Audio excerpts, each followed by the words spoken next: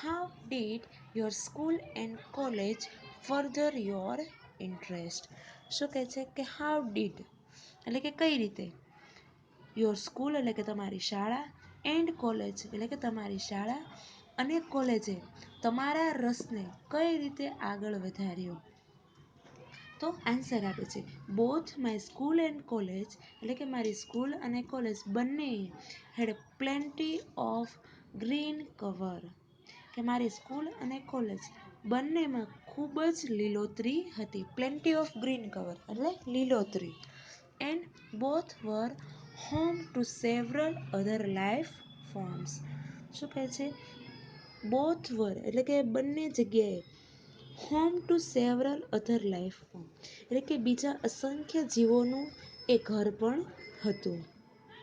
This મેડ મી કે આથી મને ધીસ મેડ મી અન્ડરસ્ટેન્ડ કે આનાથી મને સમજાયું ધેર ઇમ્પોર્ટન્સ કે એમનું મહત્ત્વ. How beautiful they are and why we need to protect them. શું કહે છે કે મારી સ્કૂલ અને કોલેજમાં ખૂબ જ લીલોતરી હતી અને એ લીલોતરીમાં અસંખ્ય જીવો અંદર રહેતા હતા, એટલે કે એમાં દરેકનું ઘર હતું રહેવાનું. તો એનાથી મને સમજાયું કે આજે અસંખ્ય જીવો રહે છે તો એનું મહત્ત્વ શું છે અને હાઉ બ્યુટિફુલ ધે આર અને આ જીવો છે કેટલા સુંદર પણ છે. એન્ડ વાય એટલે કે શા માટે, we need to protect them અને આપણે એનું રક્ષણ શા માટે કરવું જોઈએ એનું પણ મને ખૂબ જ જાણવા મળ્યું. ધીસ એનિમલ્સ આ જે પ્રાણીઓ છે એ આર ઓન ધેર ઓન કે આ જે પ્રાણીઓ છે એ સ્વતંત્ર છે. ધેર ઓન એટલે સ્વતંત્ર છે. ફાઇન્ડ ધેર ઓન ફૂડ કે એનું પોતાનો ખોરાક એ પોતે જ શોધે છે. એન્ડ આર ઓલવેઝ એક્ટિવ અને સતત કાર્યશીલ રહે છે. We have a lot to learn on the move and never lazy અને સતત હલનચલન કરે છે એટલે હરતા ફરતા રહે છે. એન્ડ નેવર લેઝી અને આળસ કરતા નથી. ઇટ ઇઝ સો પોઝિટિવ એટલે ખૂબ જ હકારાત્મક છે. We have a lot to learn from them કે આપણે એમની પાસેથી ઘણું બધું શીખવા જેવું છે. શું કે આ પ્રાણીઓ અને પક્ષીઓ છે તો એ પોતાનો ખોરાક પોતે જ શોધે છે, પછી એ સતત એક્ટિવ રહે છે એટલે એ કાર્યશીલ જ રહે છે.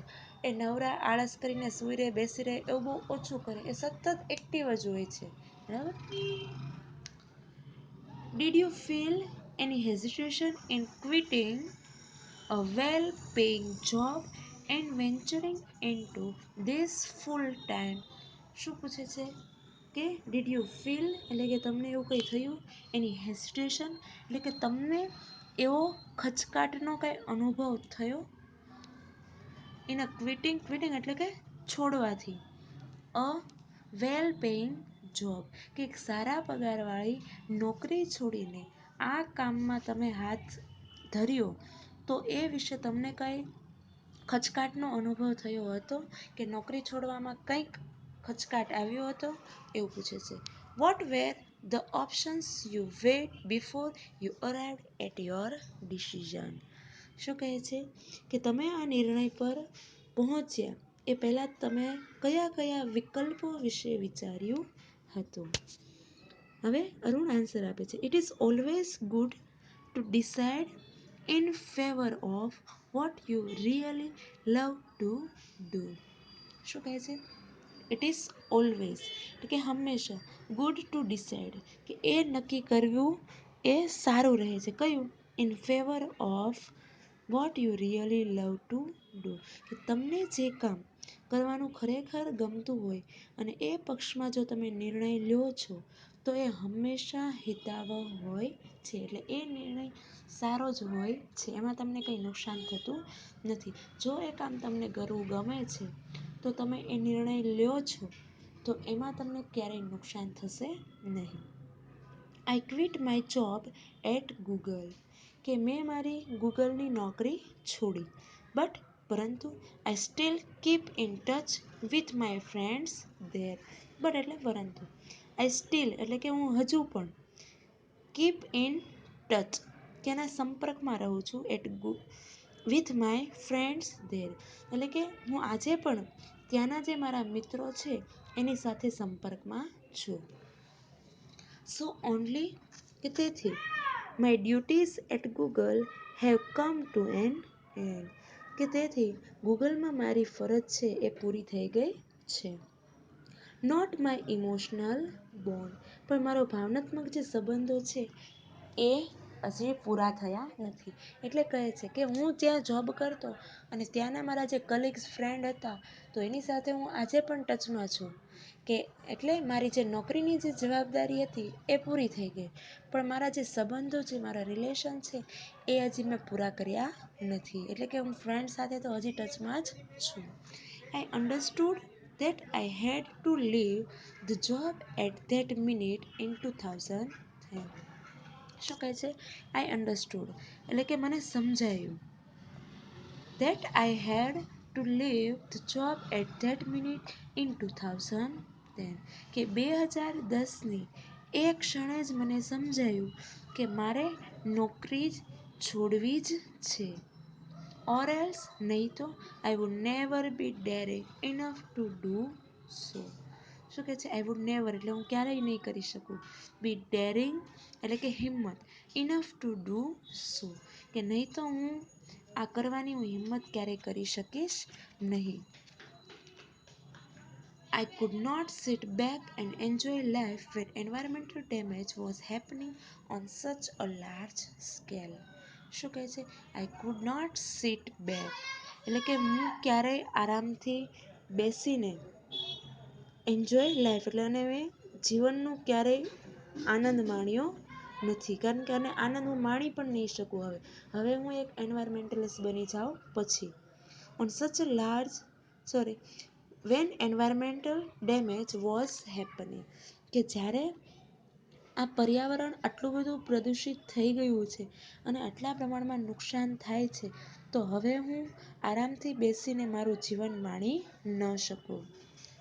I wanted to do something, કે મારે કંઈક કરવું છે.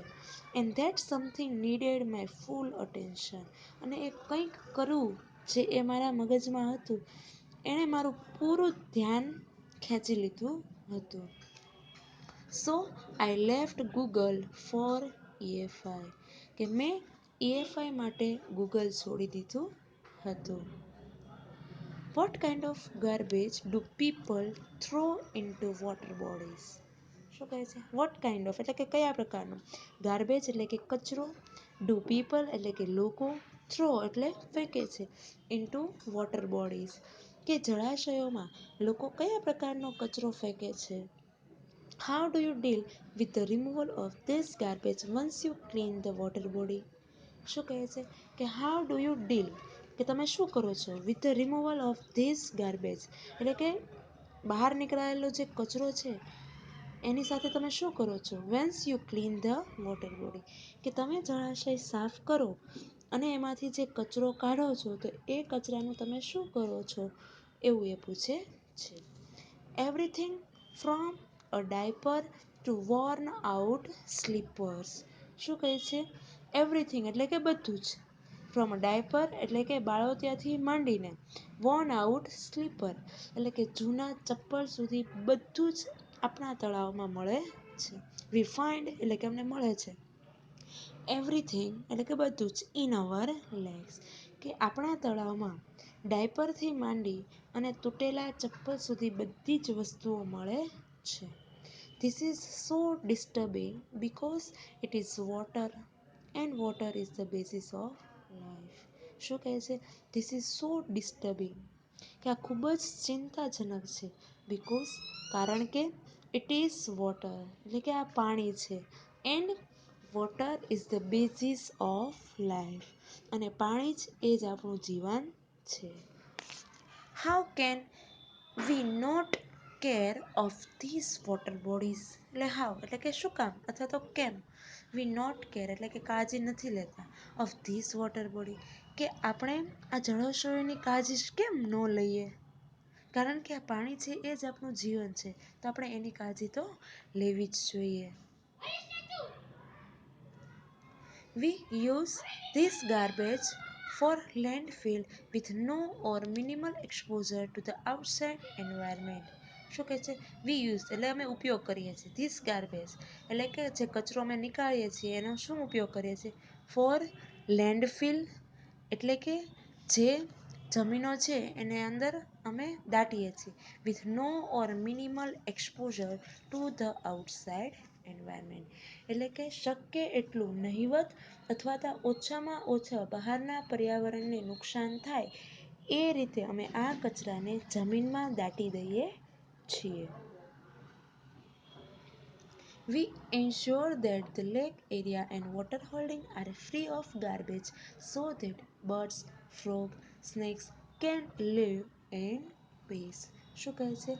We ensure એટલે કે અમે ખાતરી આપીએ છીએ ધેટ ધ લેક એરિયા એટલે કે જે તળાવ છે એ એન્ડ વોટર હોલ્ડિંગ અને જે જળાશયો છે એનો વિસ્તાર છે એ આર ફ્રી ઓફ ગાર્બેજ કે અમે એને કચરા મુક્ત કરીશું. સો ધેટ એટલે કે તેથી બર્ડ્સ એટલે કે પક્ષીઓ, ફ્રોગ્સ એટલે કે દેડકા એન્ડ સેક્સ એટલે કે સાપ કેન લીવ ઇન પીસ કે જે પક્ષીઓ છે, દેડકા અને સાપ એ શાંતિથી રહી શકે એ માટે અમે તળાવ અને જળાશયોનો વિસ્તાર સ્વચ્છ રાખીએ છીએ.